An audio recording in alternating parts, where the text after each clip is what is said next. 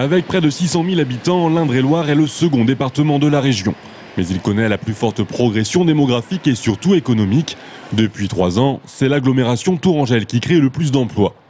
De quoi faire le tour, une seconde capitale régionale et engendrer une certaine compétition en termes d'attractivité et de développement avec Orléans.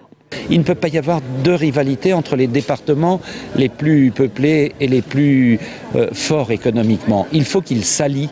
C'est pour ça que je plaide pour un rapprochement très fort entre Orléans et Tours. Par exemple, d'aller plus vite dans le rapprochement des universités, faire en sorte qu'il y ait à terme une grande université régionale. Le presse, il a été signé, c'est Tours-Orléans. Mais à l'époque de la mondialisation, Tours-Orléans, du point de vue de la recherche, un sujet que je connais un peu, c'est microscopique. Et Angers, Le Mans ne suffira pas. Il faudra aussi Poitiers, Limoges, La Rochelle, pour avoir, j'allais dire, en matière de recherche et d'enseignement supérieur, un volume suffisant. Et donc le sujet, c'est pas Tours-Orléans, c'est déjà fait, c'est tout le reste. Comme partout dans la région, la situation de crise économique a engendré plus de chômage. Il atteint aujourd'hui plus de 8%, mais reste légèrement plus faible que la moyenne régionale et nationale. Pour aider au développement économique, les candidats s'accordent à miser sur l'innovation et les industries de haute technologie. On est un département qui est en pointe dans ce domaine-là sur la région. Et donc il faut continuer, que ce soit le CERTEM, que ce soit la microélectronique de puissance, que ce soit le pôle des arts graphiques. Voilà, c'est quelque chose qui est important. Et je pense que la région devra mettre plus d'argent sur la recherche. Il faut miser sur un certain nombre de politiques d'avenir à travers l'innovation. Je propose un certain nombre d'actions. Par exemple, une convention avec l'ensemble des agences de l'État qui accompagnent les entreprises.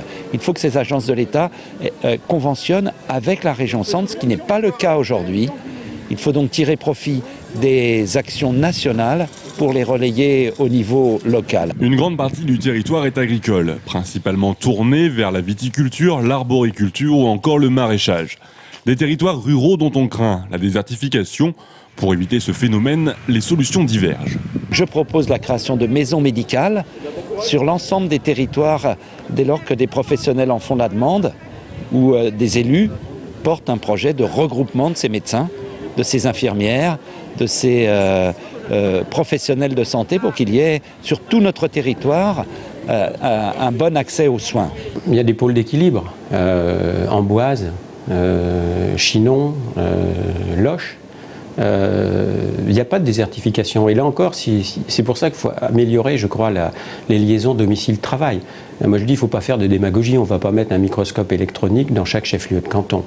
Par contre, il faut que quelqu'un qui souhaite habiter et même vivre, pas forcément à l'endroit où il a son travail et où vont se concentrer un certain nombre d'emplois, si on ne veut pas qu'il y ait de désertification, il faut lui permettre de faire des allers-retours de façon économique et de façon durable. Une étude récemment menée par l'INSEE pronostique un ralentissement de dynamisme démographique dans le département pour les 20 prochaines années.